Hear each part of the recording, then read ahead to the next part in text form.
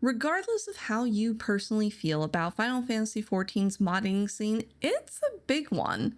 And because it's so widespread, it feels like there's a growing sentiment in the housing community that you can't build detailed designs like you see on Housing Snap and Twitter unless you're on PC and can mod. Or at least that's what I keep seeing in the comments of my videos. Well, I'm here to tell you that's not true.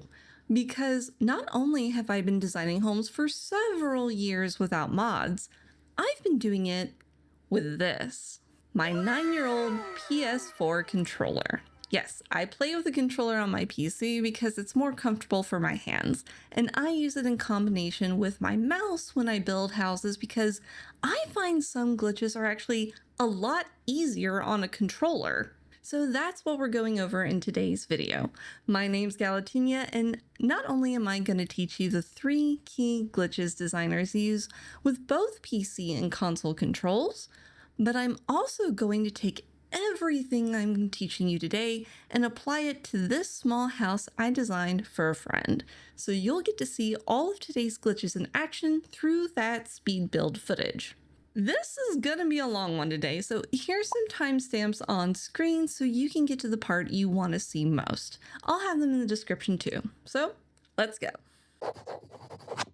There are 3 key glitches in Final Fantasy XIV's housing system that are the backbone of the more advanced designs you see online. In order from easiest to hardest, they are the storage placement glitch, the counter placement glitch, and the float anything glitch. The storage placement glitch is likely the one you're going to use the most, so let's start there.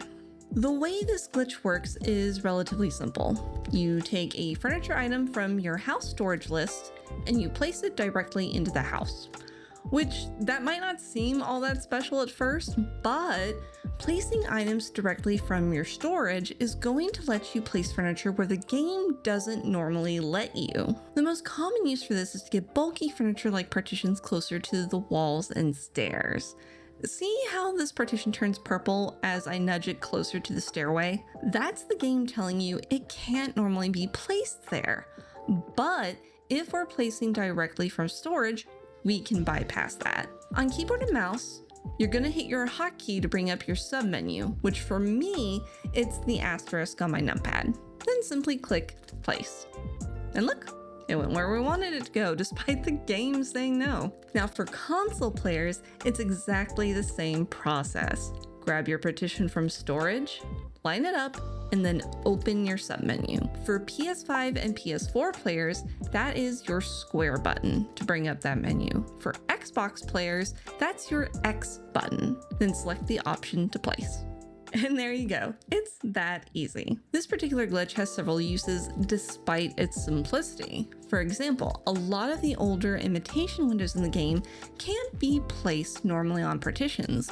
You have to line them up and use the storage placement glitch instead. Thankfully, the dev team has been making sure newer windows don't need to be placed this way. But some of the most accessible windows currently in the game, like the Fool's Threshold, do need to know how to use the storage placement glitch to use. So it's good to know this glitch all the same. You can also use this glitch to place items on your staircase or wall-mounted items on portions of the wall that normally isn't possible. The former trick I actually use in today's example build that you'll see later. Now, time for a fun bit of trivia. The oldest use for this glitch dates back to before we could float anything. Back in the day, if you wanted to make a loft, a lot of designers would pick either the front door of their house or apartment or one of the in-game windows, and then use this glitch to pop a troop stage or a rug up there. And the reason any of this is possible is due to how the hitboxes of items interact with the collision of other items in the game. Everything in Final Fantasy XIV has a hitbox, and you've probably noticed them the most when fighting bosses in dungeons. Your furniture has them too. So when you place something in the game detects where the hitbox is and acts accordingly. But when you're placing directly from storage, For whatever reason, as long as your hitbox can be detected by the game, you can bypass the usual limits. This also comes into play with the more advanced use of this glitch. In your housing storage menu, you have this box right here that says Display Preview. If you uncheck it, then you can place furniture even closer to walls than what I just showed you. Simply face a wall, and while you're using standard keyboard controls, not legacy, tap backward. So that means a light tap of your S key or just gently nudge your joystick on controller.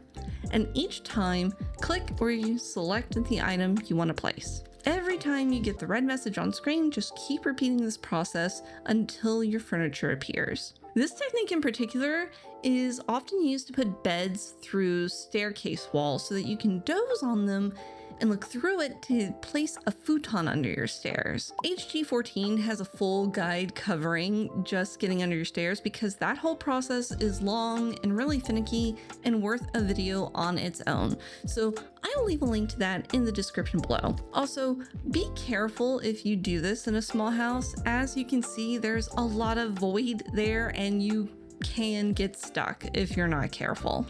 So that's the storage placement glitch, and while I clean up and prepare for the next one, I'd like to take a moment to remind you that if you're enjoying this guide so far and are curious about following my future design projects, you can subscribe to the channel so you don't miss anything.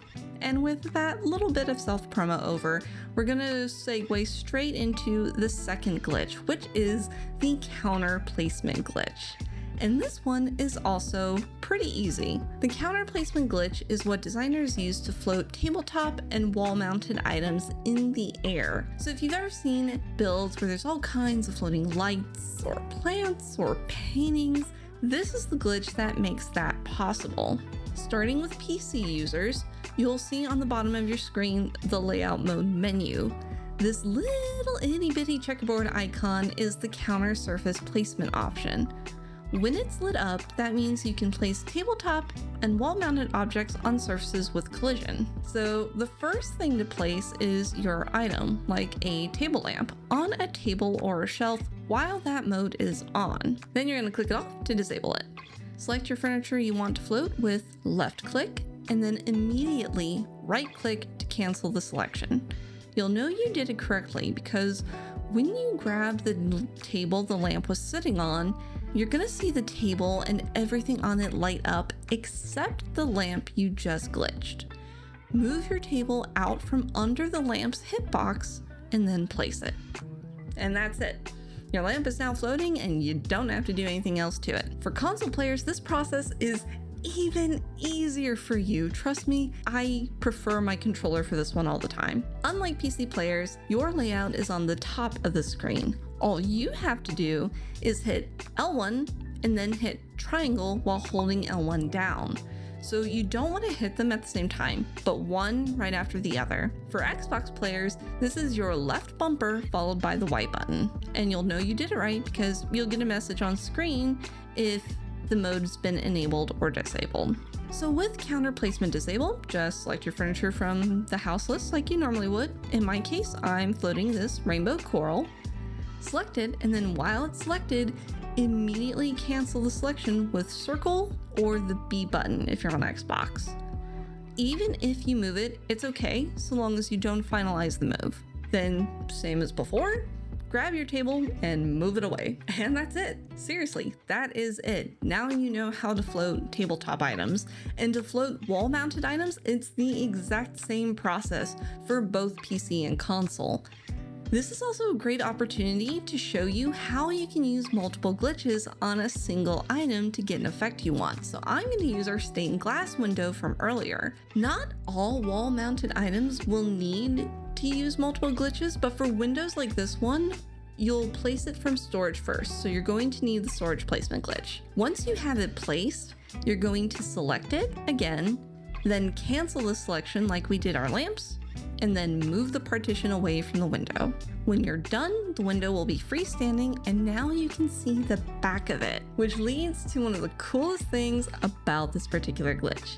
You can place wall-mounted and tabletop items anywhere. In my personal opinion, this glitch right here is far and away the most powerful of the three, because there are hundreds of these items in the wall-mounted and tabletop furniture classes that have lots of cool details you wouldn't really get to use otherwise. And because of how easily they are to place, you can create all kinds of custom furniture and scenes, so many that I can't realistically go over all of them in this one video, so I highly encourage you to experiment on your own.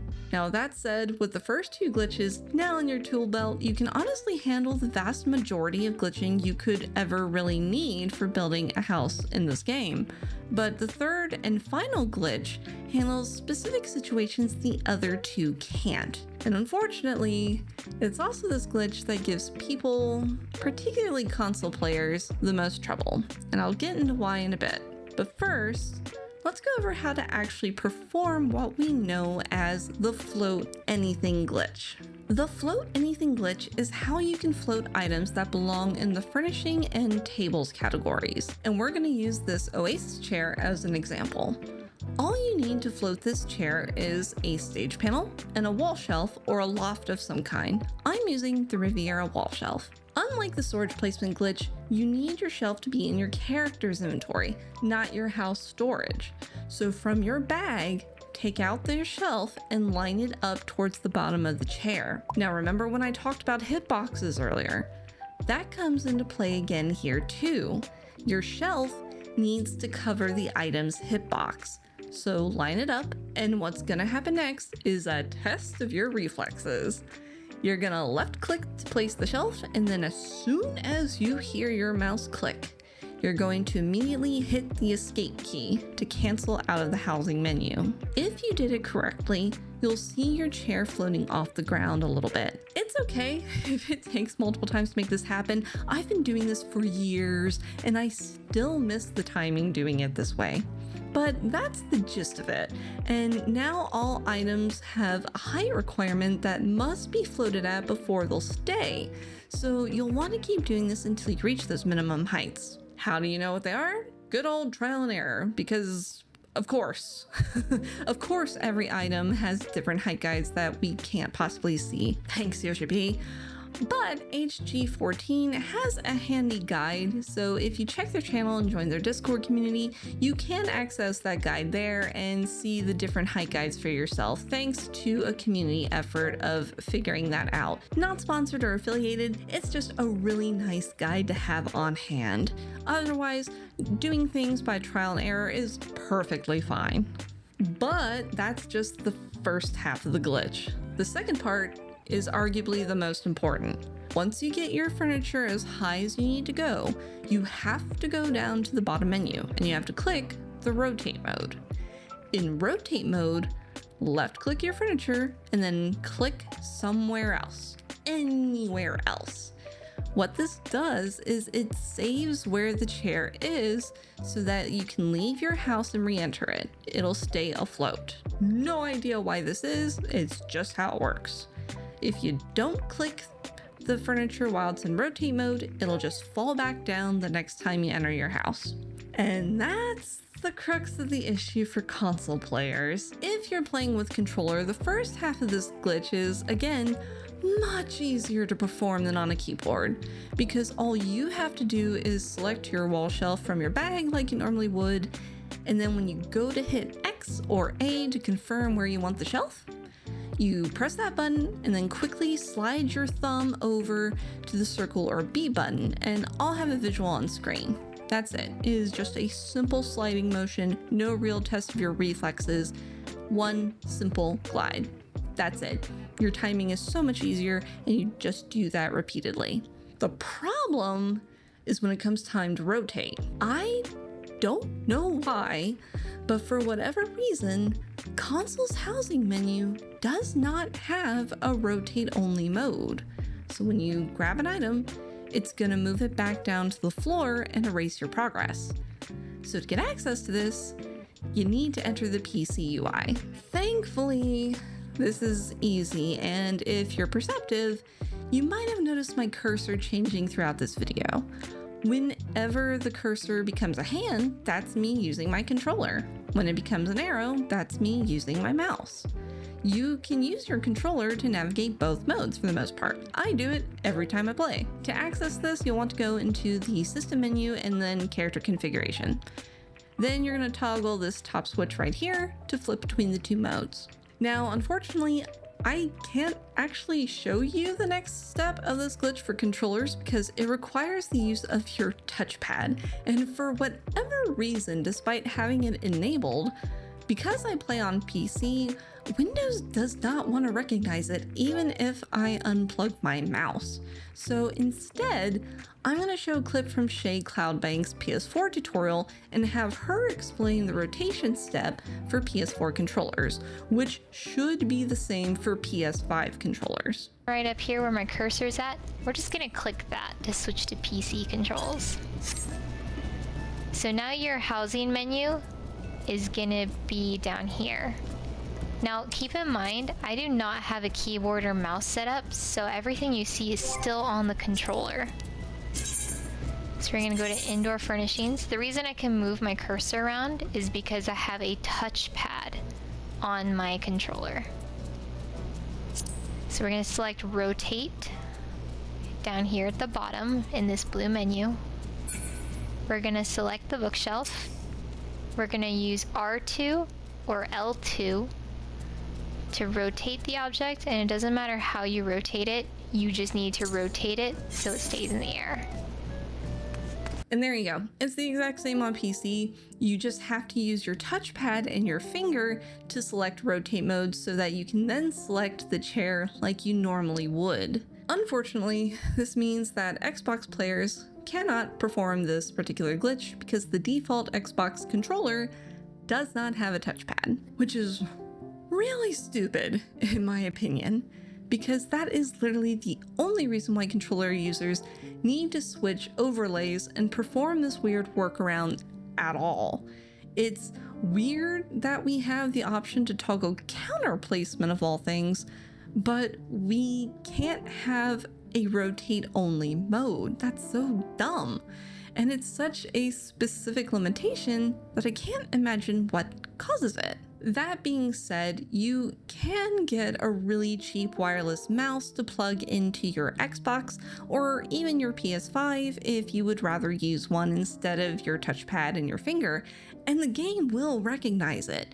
So you can use that in tandem with your controller, as you've been seeing me do this entire video. But it's not fair to tell a large portion of your player base that they have to buy an extra peripheral just to interact with one specific aspect of the game, especially when the game is otherwise really well programmed to be usable with just a controller. This is something that could be solved entirely if the dev team just gave console players a rotate only mode, and not even for the sake of glitches, just for regular item placement. Being able to rotate something after placing it without moving it is important. I use that a lot. Designers use that a lot, period. So it's really dumb console players don't have this. Now, ranting aside, thankfully this is the glitch you're gonna use the least, which sounds strange because so many builds feature furniture you couldn't otherwise float. And I think it looks that way because those furniture pieces are immediately noticeable because you can't otherwise float them. Typically speaking, the only time you really want to use this glitch is when you want to build things like custom windows and doorways, or if you want to float something from a lower floor to the upper one and use details on the top of an item for something. Items like pillars or the indoor waterfalls, for example, they have some really cool details on the top that you'd otherwise not notice because of their height. This also makes it so that you can use items like hanging bookshelves and cupboards as countertops for kitchens and windowsills. They're some of the top item used for custom kitchens because of this. So much like with the counter placement glitch, it's worth checking out the details of your furniture just to see if you can use them in a way you normally wouldn't. Like, are there specific details that could be useful as other things? And that's really the heart of using glitches in housing in Final Fantasy XIV is, can you turn an item into something else? What are all the ways you can use the details, the texture, the lighting, all of it?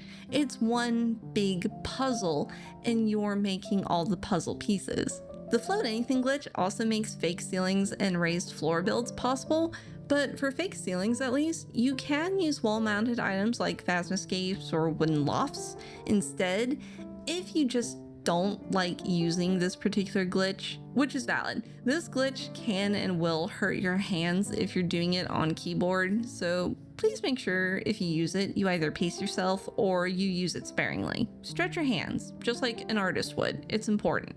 And that's it. Those are the 3 housing glitches behind detailed houses you see online. But it's one thing to know how to use these glitches in theory, and another to see those glitches in practice.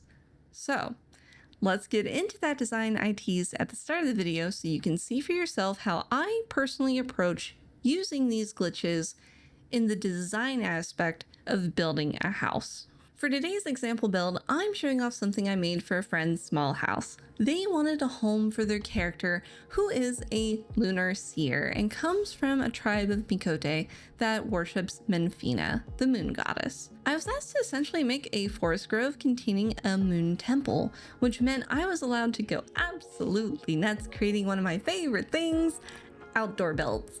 And finally, they did request that both the FC workshop and the basement both still be accessible if it was possible. If you watched my previous video discussing how you can decorate all the floors in your home with delicious detail, then you know I 100% believe that's possible. Anyway, we decided that the ground floor would be an outdoor patio or balcony area and make the entrance to the workshop look like the building the balcony is attached to. And for this build, I started around the entrance to the stairs this time because if you're going to keep that doorway open, that doorway and the staircase dictates the orientation of the rest of your floor plan, no matter what kind of design you're going to make. So I floated some waterfalls to make it look like a transition into a cave, which that will come into play later.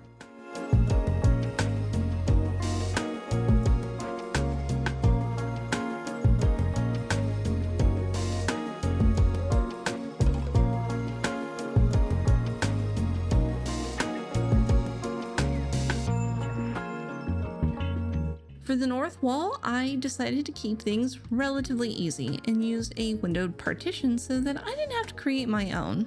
It also played into the vibes this temple was supposed to give off because I was asked to channel the Silver Millennium from Sailor Moon, which meant lots of white stone and sweeping archways. And the marbling on the windowed partition and the marble archway partition I placed beside it fit those ideas perfectly. Now that being said, I did dress this window up just a little bit with stage curtains and picture frames.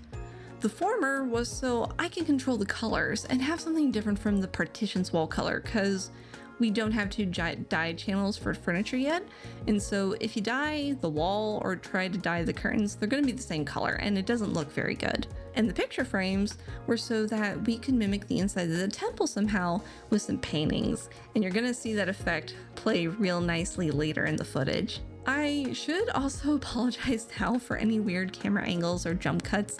With designing, you kind of have to angle your camera in a lot of tight spots to be able to see things, and I am a very erratic designer.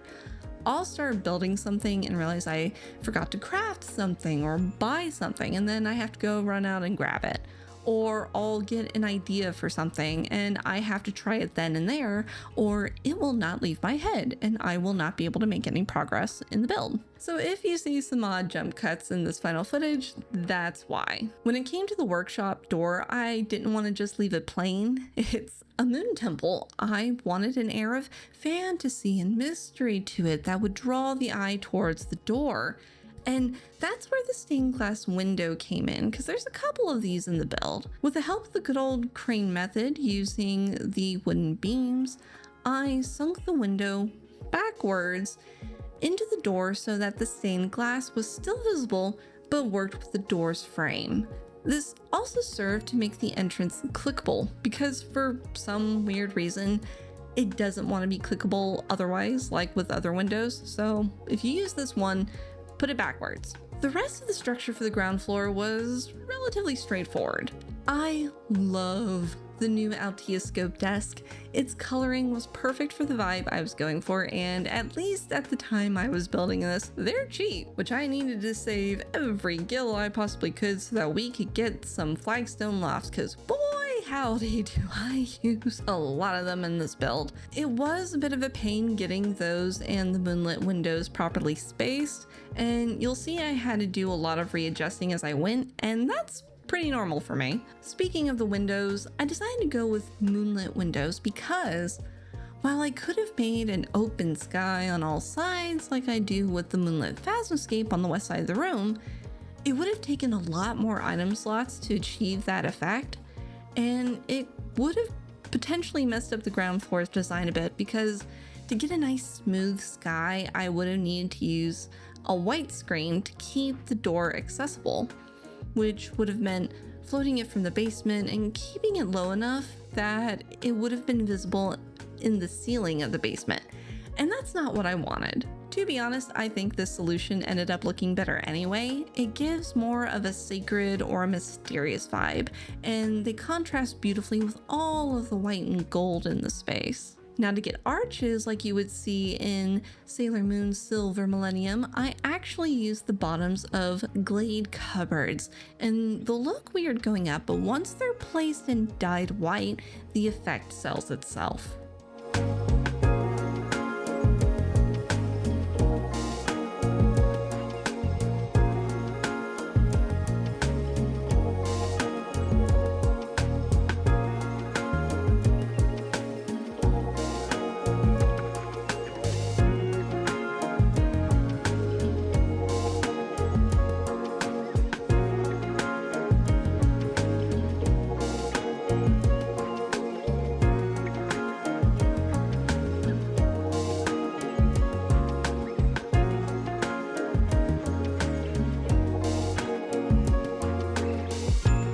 Once the arches were up, everything else was about final touches, namely the lighting.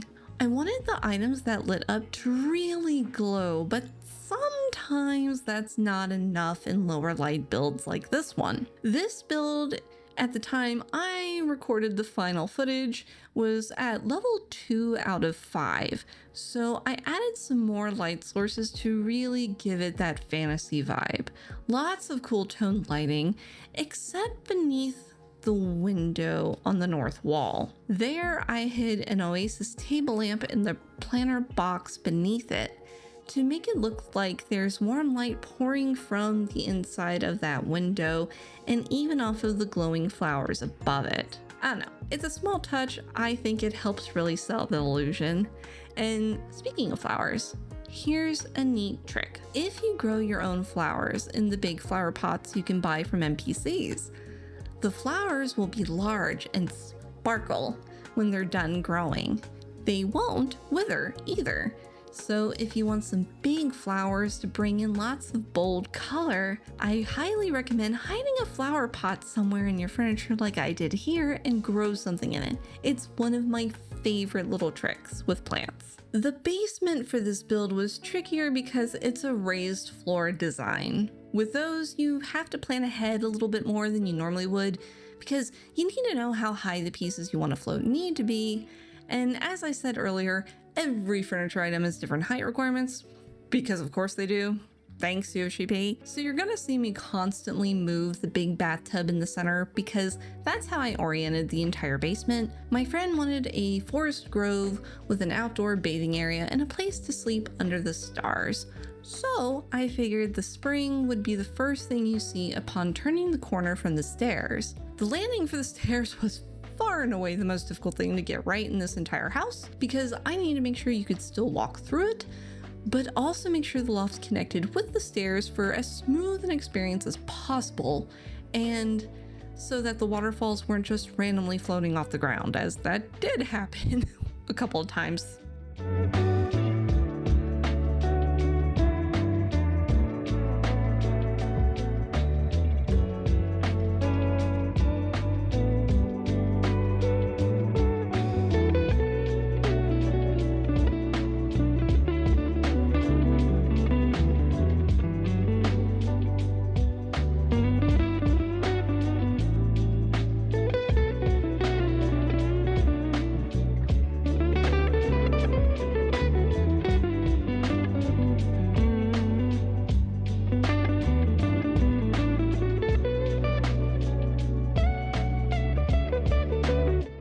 How this forest scene came together. The Earth's Fun Phasmoscape really pulled a lot of weight when it came to giving the spring area depth, because the image in it plays with perspective so much anyway. So using that, with the waterfalls and the fairy table, really played on that sense of depth to make it look like water is pulling into the spring that I made. I also wanted moonlight to shine down on the spring, so I floated a night sky phasmoscape as close to the actual ceiling as I could. But to make it look natural, I floated a lot of the waterfalls around it, make it look like maybe the forest was growing in a cave or something. Since this is a raised floor build, people are more likely to notice the ceiling as it's actually closer to you, so I really wanted to make sure the aesthetic extended to the ceiling. That, and I just love little peekaboo skylights like that, and it turned out really pretty here, especially around the new wisteria chandelier item. Now, a tip if you need to float a lot of objects to the same height, like I did, is you can use lofts or phasmoscapes to float multiple items at the same time. As long as the loft is hitting every item's hitbox, they will all lift together. That being said, for outdoor scenes like this one, it's actually better to leave a few details uneven because nature is uneven, right? I know a lot of us try really hard to make things perfectly symmetrical, but if you're trying to create an outdoor build, it's actually really important to ignore that inherent desire and let yourself relax. Mistakes and misshapen areas will actually make your outdoor build look that much more believable. It'll enhance it and make it beautiful. Mistakes are beautiful, trust me, I have a hard time believing that one too, but they are. Once the first half of the ceiling was framed, I could lay down the rest of the forest floor and start putting up more walls. You've probably noticed this floor is entirely made of different lofts, so they're very easy to place and adjust due to being wall-mounted items. But what really sells this entire forest and makes it look dense is the new Hyperborea bench item. Yeah, these trees these need to be placed are actually benches, but the tufts of grass they come with are so dense that if you place multiple benches close together, they just look like small forest trees. And the branches also cast shadows if the light hits them, and the direction and size of the shadows cast actually change depending on how the trees are rotated and catch the light. So it was so much fun playing around with those. For the ceiling in this half of the build, I just used flagstone lofts to frame the phasmoscape to save item slots, though that was not a cheap option guild-wise to go with. But that's the downside of outdoor builds. They're expensive to make to look convincing. I also do want to point out for the peeps that like using as much space of their house as possible that the majority of the basement is used here. It actually started getting really difficult to place items because I was running out of empty space to spawn items when I clicked them in the furniture list. Because that's another thing, the game is a real pain in the butt if it doesn't have enough physical empty space for you to spawn an item in. So just something to keep in mind if you like more cluttered builds. With all the framework done, it was time for the finishing details. All of those wonderful and lovely tabletop and wall mounted items like flowers and vines that I gushed about when we learned how to glitch them. They're what gives an extra pop of color and light and life to the space. Though there's one furnishing item I really want to shout out here, and that's the Glade and Oasis floor lamps. Unfortunately, the phasmoscape was too high for the moonlight to reflect in the water like I originally wanted, so I hid a Glade floor lamp to force that reflection instead and make it more believable. I also hid Oasis floor lamps for some warmer light beneath the trees in the forest, just to make it feel more welcoming and, actually light it up and not be dark and dingy, kind of like you do in Minecraft to ward off mobs. Once those smaller details were placed, the only thing left was to finalize colors, and I think those really brought the whole build together.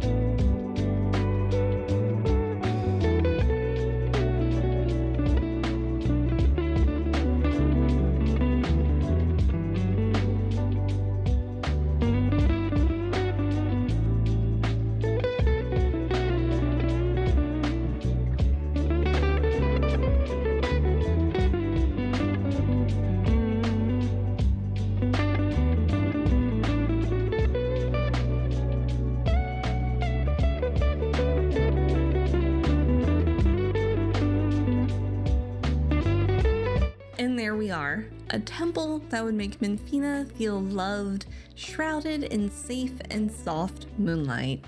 And it was made possible because of those 3 key housing glitches we learned today. I hope that after watching this video, you feel more empowered to try glitching for yourself, especially you, my fellow controller players.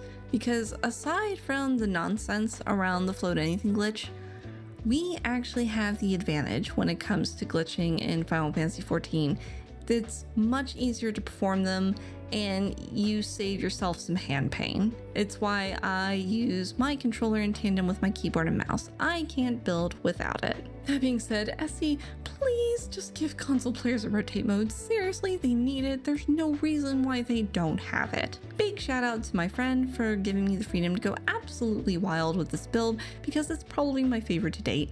And if you love it too, then do feel free to visit. The owner has generously decided to keep the house open, so I'll leave the address in a pinned comment. Just please remember to be respectful while you visit. Thank you all so much for spending your time with me today.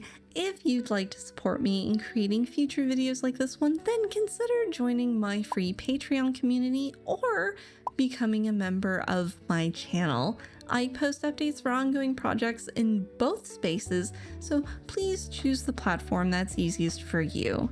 And if you have any comments or questions about housing, feel free to let me know. So, until next time, see you then!